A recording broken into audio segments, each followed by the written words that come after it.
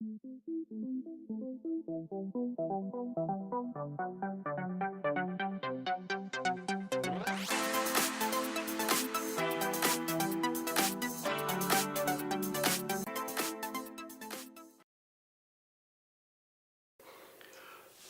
bonjour aux lecteurs de rcmac.com. Sur cette vidéo, nous allons découvrir ensemble la nouvelle radio MHD 6C.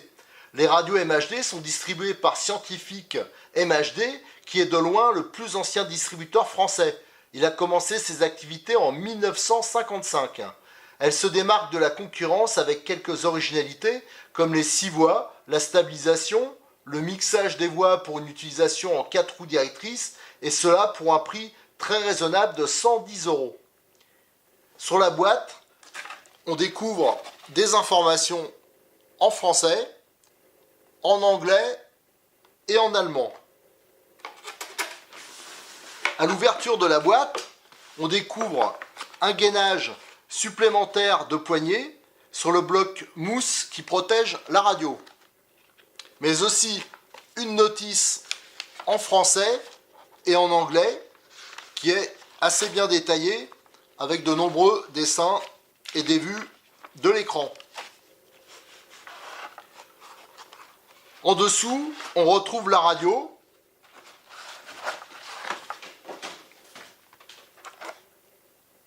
le récepteur et la prise qui permet de synchroniser l'émetteur et le récepteur.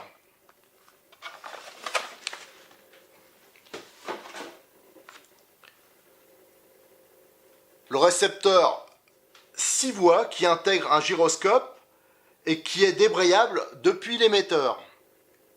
Malgré son important nombre de voix et son gyroscope, il est de taille très réduite. 7 grammes pour 29 mm de long, 22 de large et une épaisseur maxi de 16 mm. Une LED permet de contrôler son fonctionnement. Important, le récepteur doit être impérativement posé à plat au fond du compartiment radio et fixé à l'aide de mousse adhésive double face. Si le récepteur n'est pas correctement fixé, le gyroscope peut provoquer des réactions imprévisibles.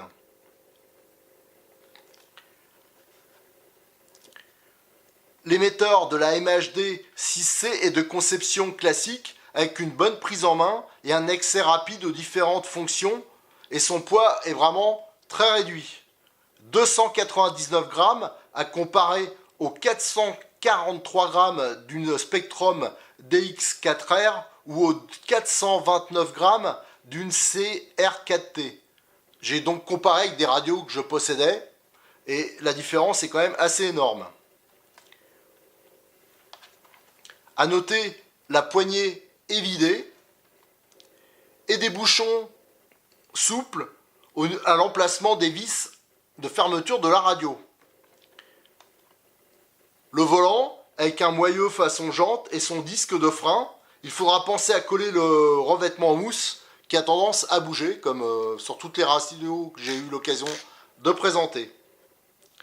La radio est alimentée par 4 piles ou 4 accus et le verrouillage de la trappe est assez ferme, ce qui est assez sécurisant. Vous voyez, il faut un peu forcer. Ça évitera qu'il s'ouvre tout seul. Donc nous allons mettre les piles.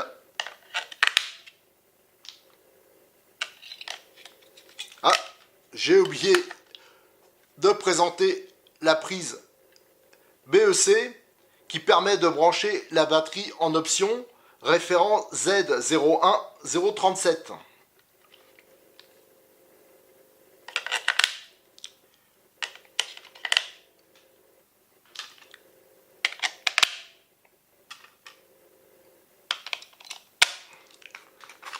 Donc là, la fermeture est assez dure, donc ça c'est bien, ça ne bougera pas. La poignée est livrée avec deux garnitures de taille S, comme c'est monté d'origine, ou L en option. Mais pour une fois, d'habitude, j'ai tendance à monter les L, mais là, la S, ça me convient parfaitement. C'est la bonne taille. Ici, vous avez l'antenne qui est repliable. Donc là, en position repos, ça permet de bien la protéger. Le verrouillage est assez ferme. Et bien sûr, il ne faut jamais la bouger pendant son utilisation. Ici, vous avez l'interrupteur de la radio. Lui aussi, c'est pas mal parce qu'il est assez ferme. Et ça évitera bien sûr une manipulation, sa fermeture accidentelle. On a un grand écran de taille de 54 mm de haut et 35 de large. Ici, vous avez les potentiomètres pour les voies 5 et 6 qui sont donc proportionnels. Ici, vous avez donc les trims pour la direction et le gaz-frein.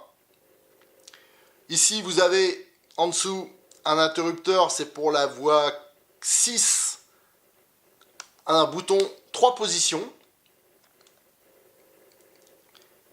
Et pour la voie 3, un bouton tout ou rien. Ici, vous avez le réglage du débattement de la direction, qui est bien sûr accessible en roulant. Il est franchement très bien placé.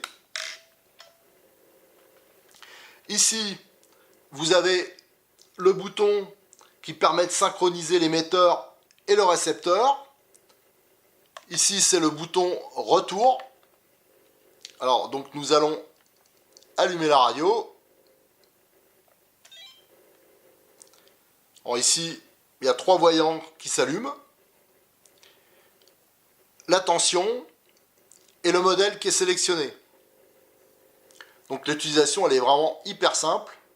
Donc on appuie ici et hop, on a sélectionné la sélection des modèles. Donc on valide en appuyant et donc on peut en sélectionner jusqu'à 20.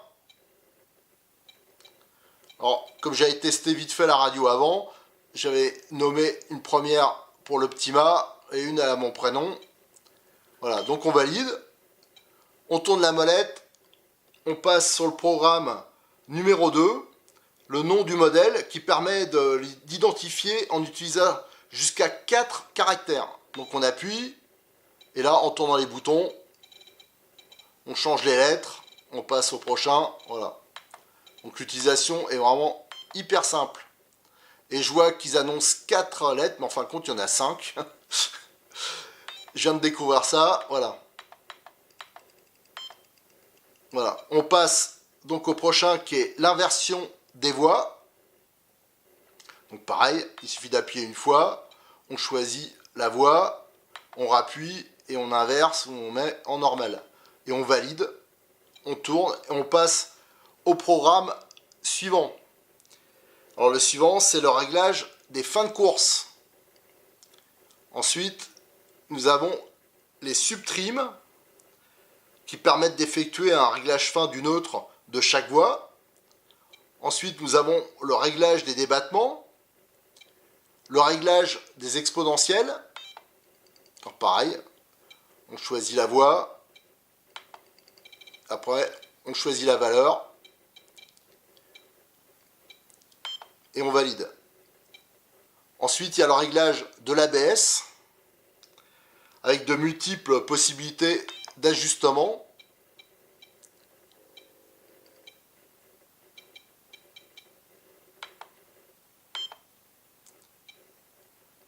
Ensuite, nous avons le réglage des trims, le réglage du fail-safe. Alors là aussi, pas mal de possibilités. Ensuite, nous avons le mode crawler pour le trial. Alors là par exemple, il est coupé. Ici, nous avons la direction à l'avant. Là, c'est les roues arrière qui sont directrices. Là, c'est les 4 roues tournent dans le même sens.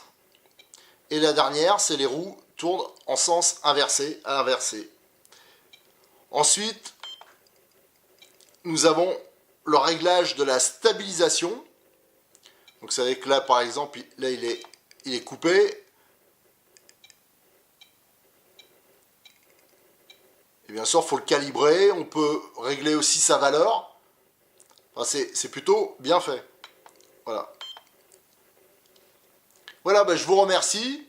Et vous pouvez suivre la présentation détaillée de cette radio sur le forum de rcmac.com avec toutes les photos, et bien sûr les utilisateurs viendront parler de leur radio. Voilà, à bientôt.